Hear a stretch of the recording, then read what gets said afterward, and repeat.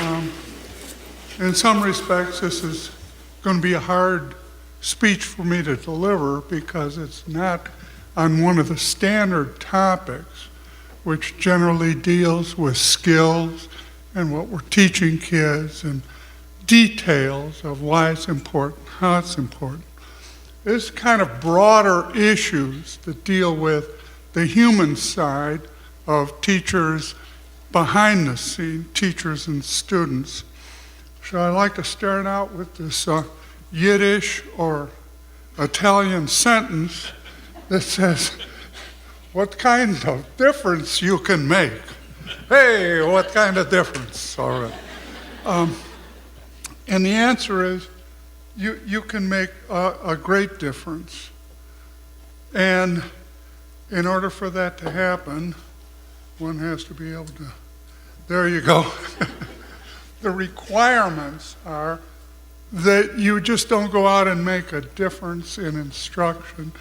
It has to be grounded very firmly in your knowledge, your teaching skills, and possibly most of all, your underlying persistence. Without that persistence, everything else is naught. You can't dilettante around, as we say. You've got to really go at it with the idea that it's all based on mastery. And if you teach to mastery, and the kids are at mastery on this step, they'll be able to take the next step. And although they may start out rather unimpressively, they'll take the next step and the next step, and the first thing you know, they're doing things that amaze you.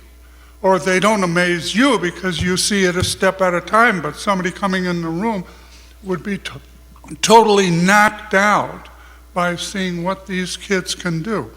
But it's a sum of the details that you control, and it's this passionate insistence, this unyielding persistence to teach to mastery. So I like to just give you 3 examples if I can get through them. And the first is Rule 1, no favorites. And this is hard to do. That teachers have all kinds of trouble, like in the early days with Wes Becker. He did a lot of experiments on teachers issuing praise. And he found great correlations between teachers praising kids and the persistence and the response pattern of kids that followed. They learned, like praising kids a great deal changed their behavior enormously. Nagging them and telling them what not to do didn't. And it was extremely difficult to train some teachers in praising kids, catching them in the act of being good. And I'll never forget when we were doing Upward Bound, we were working with these hard-to-teach kids in grades 10 through 12 in East St. Louis, which was one of the worst ghettos in the world. Horrible place. And we worked with their teachers. So I was working with this one teacher, and I worked really hard on praising kids. And he could not do it. It wasn't a question of how well he did. He couldn't do it. I give him the signal, praise him, nothing. He couldn't do it. You know, he'd come, he'd get a little and go on. That was it. And so I kept working with him, and finally, this kid that, on this math stuff, this kid did a great job, and it wasn't one of the favorite kids, it was a lower performer.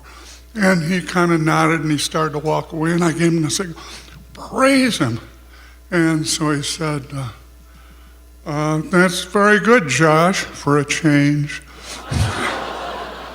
But he couldn't do it. It had to have the barb in it. So it's very difficult for teachers not to deal with their favorites. So this story is like there are stories within stories. It was about primarily Paul, who was learning to teach this group of really hard to teach behavioral problems. And wow, he was just striking out. So I went in there and I showed him a routine that he could follow, which was kind of mechanical, but it worked. And that was, you'd put 2 M&Ms up here and you'd say, okay, this next task is worth 2 M&Ms. How many? 2. Okay, here we go. And you'd keep your pacing up and you wouldn't drop it for a moment. And then when they'd answer, 2 M&Ms, 2 M&Ms, 2 M&Ms. And if they didn't get it right, my turn, I get the M&Ms. So 2 months and about 14 pounds later, no, he couldn't buckle his belt. He said, I'm just a student. I can't afford to buy new pants. But he had put on 12 to 14 pounds the fast way. And I told him, I'd seen the group a couple of times in the interim, and I said, and something happened in the group that I'll tell you about. It's the point of this example. This is just background information. That they don't need it. That it's symbolic with them. And he didn't believe it. He said, no way. I remember how they were. So I went in there and I taught the group. And I gave them a choice. I said, what's the most you ever had for getting a right answer? And they said, 2 M&Ms. I said, okay, this next task is worth 3 M&Ms. Or I held up this sheet, a little piece of yellow paper. I said, what's this? Yellow paper. I said, right. This is a symbol that shows you did a very good job, that we know what this is for. We know it. So it's symbolic. So I know which one you're going to choose, your kids. You're going to choose the M&Ms. And so I did it a kid at a time. And what do you want? Yellow paper. What do you want? Yellow paper. So after the task, they all got a yellow paper except for one kid. And he was in the middle of the group sitting next to the toughest kid in the group, who's the subject of this example, if I ever get around to it, who is this big girl. These kids were, in the range of 14 years old, and this girl was 5'11" or so, probably weighed about 145 or 50 pounds, and could she fight? Like there were 8 boys in the group and her, and the boys were all terrified of her. For good reason. She'd kick the crap out of them right now, and they knew it. And she didn't talk a lot, but she definitely was the force in the group. And so we're doing this, and one kid chose the M&Ms rather than the yellow paper. And so he's sitting between, here's the second toughest kid in the group here, this guy, and on this side is Denise, the girl. And so he looks at Denise, and she's kind of giving him a dull frown. And he looks over at the other guy, and he's giving him a pretty obvious frown. And he said, I just saved these for later. And he put them in his pocket. And of course, it was a warm day, so when he pulled them out later on, they weren't worth a damn anyhow. They were not M&Ms. They were just sort of,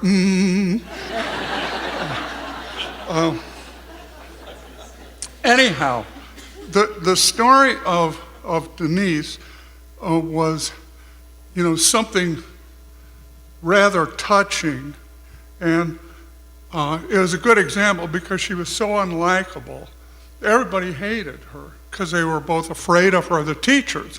She'd turn on a teacher and punch you right now, not a question.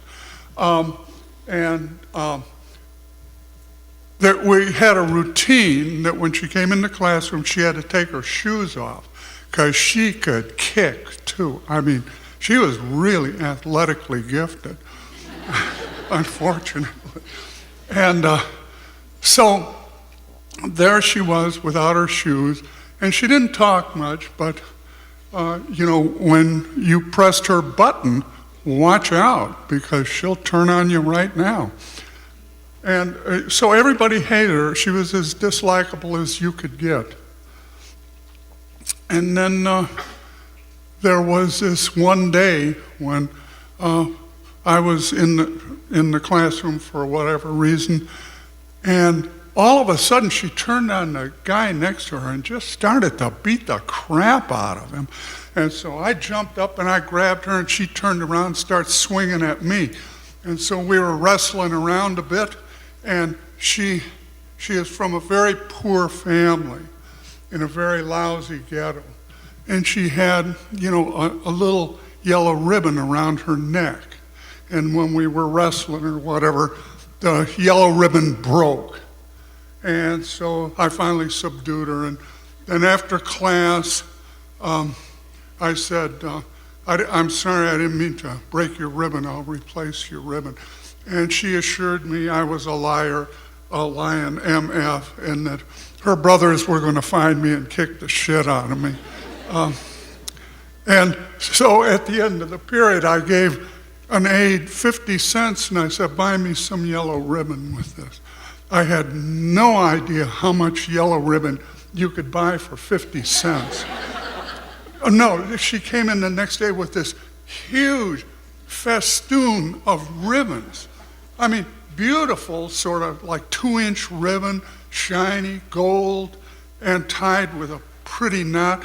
And I thought, oh man, we don't need this. We ought to cut off a bit. And then I thought, oh, crap, it looks good. 50 cents, what the hell? We'll give it to her. So I called her up, and I remember yesterday I said, I'd replace your ribbon. Well, here it is. And she held it, and she looked down, and I couldn't see her face. And she looked down, and she looked down. And then slowly she looked up, and tears were streaming down her face. And she looked at me in the eye for a long time. I mean, a long time, without saying anything, without blinking, just the tears. And then she said 2 words, only 2, but with those words I could see into her soul. The words, thank you, thank you. That was it, soft, thank you. And I knew at that moment that, what was weird about it was when I could see into her soul, I saw myself. I saw, people I loved. I saw, like that she was a human just as I was, with a strong feeling. Like she loved beauty, she was loyal, and I could tell through her eyes that she had committed herself to being a good student. And she was. She never talked a lot, but she led through example. And so when she looked at that kid with that semi-unfriendly expression, it meant, no, buddy, you did the wrong thing. And they all knew it, and she was on our side. And that's why I said to Paul that they were not hooked on the M&Ms. They were hooked on learning, and they were hooked on the routine. And that was, that expression has haunted me for a long time. And, I was glad I had the opportunity to work with her. And she was among the most unlikable people you could imagine. Okay, I got through that one. The next one is easier. It better be. Rule 2, don't give up on teachers. And probably all these examples over the years, I've given so many of these opening and closing talks, I've probably said some of these or all of these examples, but not in the context that I'm presenting it today. That's my excuse for having no new material. And rule 2, don't give up on teachers. Oh dear. There you go. Teachers are just like kids. if they are in a setting where they receive persistent instruction, they will change. And the example is Margot Fitzgerald. So Margot Fitzgerald was this incredible, very attractive, young, incredible comedian type. I mean, she was outlandish, and she could do any kind of accent you named. She could do Yiddish, she could do Italian, she could read that stuff. And she could do Irish because her folks were born in Ireland, and she was good. And this one time, we were in this deli in San Francisco, and there was a big line, double line, and they're all waiting to go up to the meat counter. And somebody pointed out that one of the workers behind the counter was not shelling out the meat equally, that one sandwich had more meat than the other.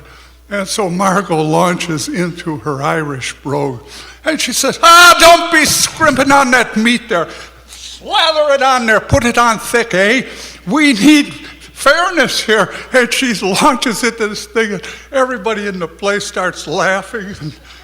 And she went on like that for a couple of minutes, and it was, it would have been a great monologue. If you saw it in the theater, you'd say, man, she must have rehearsed that a lot. She didn't rehearse anything. And the woman next to me, she taps me and says, and is she for real? And I said, I don't know, what do you mean? She says, well, I'm from Ireland. I just came over here, and I can't tell for sure whether she's for real. And is she from Ireland? And so I called Margot over, and she explained that her folks were Irish, and she always talked Irish. And when she was done, the woman said, well, I've been in the United States now for a couple of weeks, but you're by far the best thing I've seen. Okay, Margot was the crappiest teacher you'd ever want to see. It was like she had this defense wall all over her. Armor plate, like we are up against the enemy. These kids are absolutely not to be trusted. And she was like, obviously afraid of them, certainly unsure, but impatient, and if they got something wrong, exasperated, like let's roll our eyes. All right, let's try it again. Let's make this practice about as ugly as we know how. And I kept telling her, I said, Margot, with your skills, you ought to have these kids on a string, because it's not about the script. All this is important. All the technical details are important. But what's really important is to grab the kids and teach them. And with your skills, you ought to have them on a string. They should be loving what you do. And nothing. We got Margot through Barbara Bateman at the university, and when Barbara brought her over, she told me, she said, she's a handful, but she's worth it.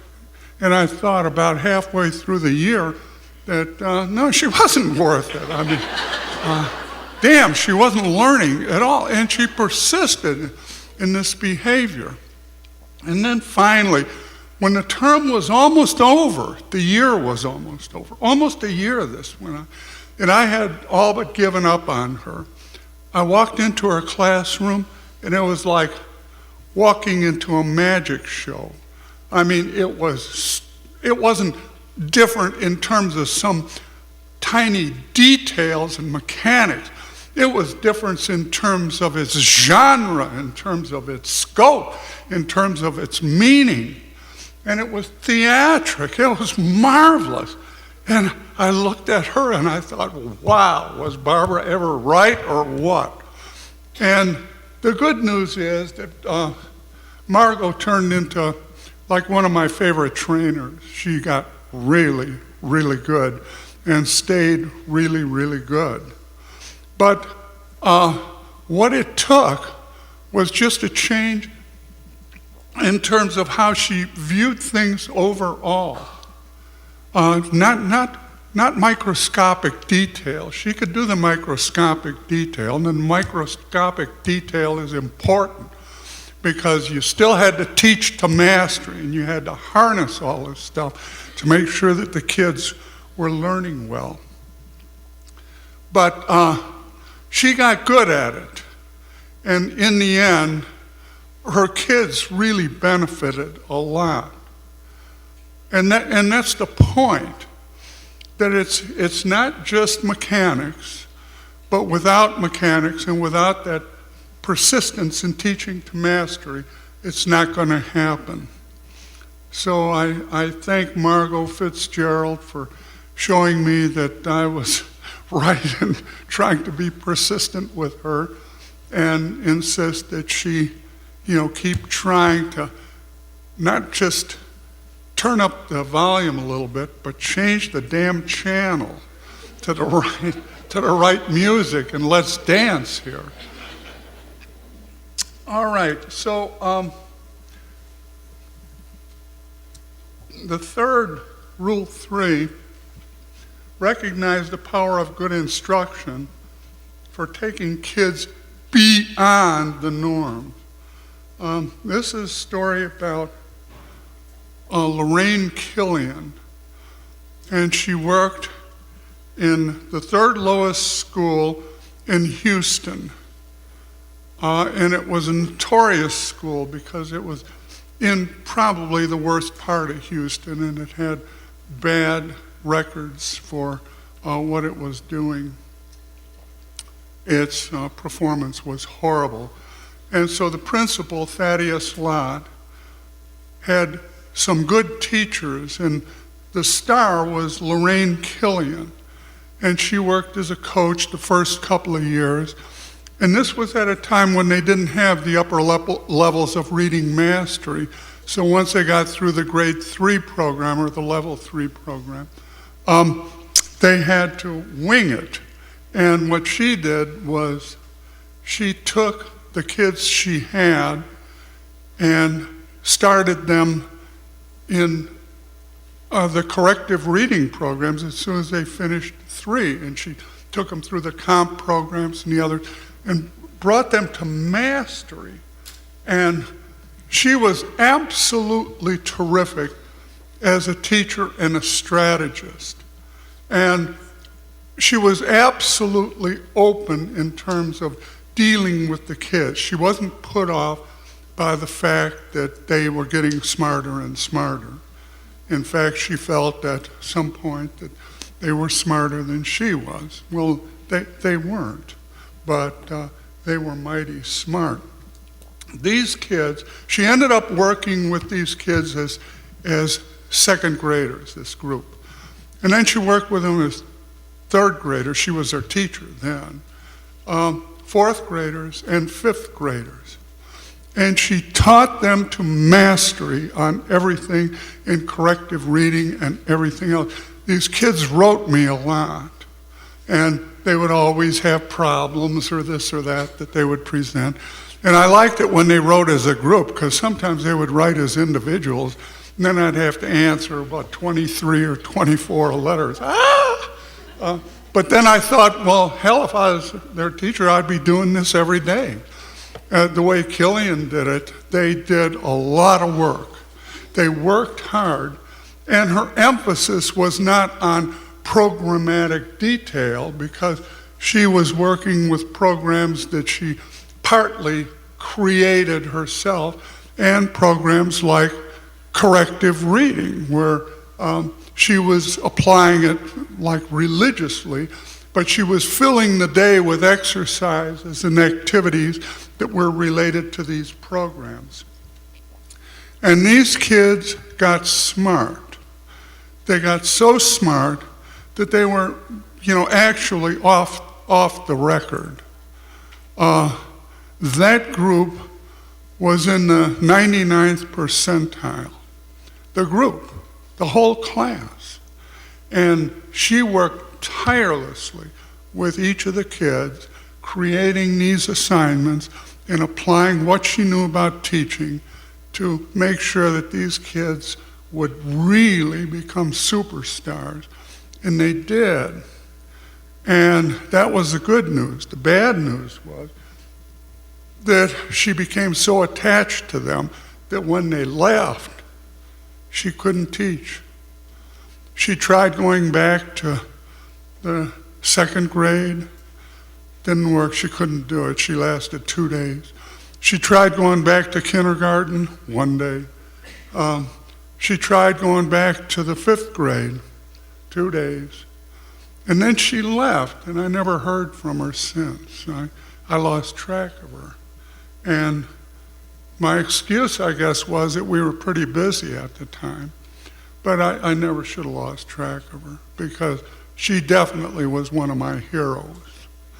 And I didn't find out what happened to her until recently, when I was writing this outline for my talk, and we looked up online Killian, and it turned out that she went on and got a PhD in physical education, and that she was working as a professor in Texas, and that her hobbies included, she's now 65 years old, her hobbies included doing marathons and bikeathons and what are they called?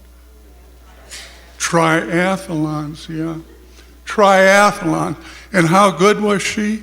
She finished in the Ironman triathlon, the king of them all. She finished in 10th place in 97.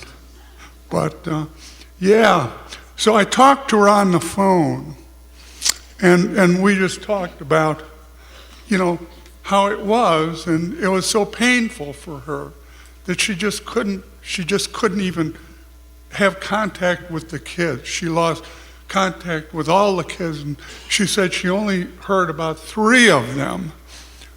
But the 3, one was this is interesting, they were all in healthcare. One was a pharmacist, one was a registered nurse, and one was a doctor. Yeah. From the 3rd lowest school in Houston, the only kids she knew about, but they were flat awesome. So I have a little cut of me talking with Killian, and I presume I'll be able to access this. Maybe not. Which one do I press?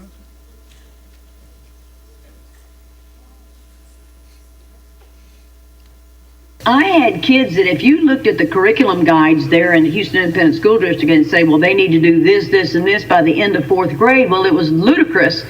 Those kids had done that in 2nd grade. Right. So we were constantly having, and since they knew a scientific process, and since they knew deductive reasoning, and since they knew some of these hierarchical skills, I was constantly having to give them problems that really took a real solution. Some of them could have been great lawyers. Yeah. Could have argued, you know what I'm saying? Yeah. Because their thought process would, and they would think of some things sometimes, and I'd think, holy cow, wow, I didn't even think of that, So in many instances, they were helping me. Yeah, and they were very logical in their approach. Oh, absolutely. And they were astute at what they did. So you can't stick the average person in there that's going to go with that and have an 11-year-old correct you. No, that's not right, because, theoretically it should such and such and such. And then I go, wow, you're right. Then I'd start laughing. And they were okay with that. Right. You can imagine sticking somebody in an environment like that would be threatened by kids who not only could think on their own, but work on their own. They could work as a team, and since they all had the same process, they could they could get things done just so incredible. And trying to dream up homework for them was another nightmare. Yeah. Because they could actually write this is a terrible thing to say, but they could actually write better than some of my college freshmen. Yeah, that wasn't an exceptional part of the phone conversation. I talked to her for about a half an hour, but that was typical of how it was. But yeah, she's very self-effacing, but very realistic in terms of what it takes to do the job. But behind all that sort of like easygoingness is a taskmaster, and no one got by without reaching mastery.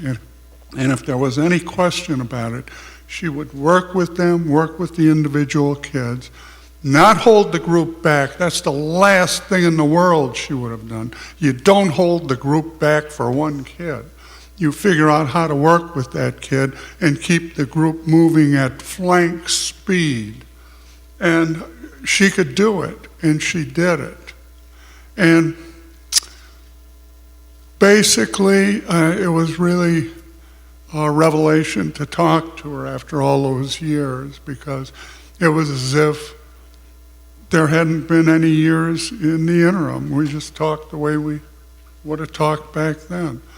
And it was good to hear from her. And I'm glad that I, chose this topic, because it forced me to look at some things that I don't generally look at. I try to be forward-oriented, future-oriented, and not to languish in the past, as it were. But this was a good opportunity, and I really am thankful to the teachers and the kids who taught me, because that's who we learn most from. Problems that the teachers have, problems that the kids have, and we have to solve these problems and solve it in a way that we're ruthlessly efficient, and at the same time where we don't lose the human side of what it's all about. Thank you.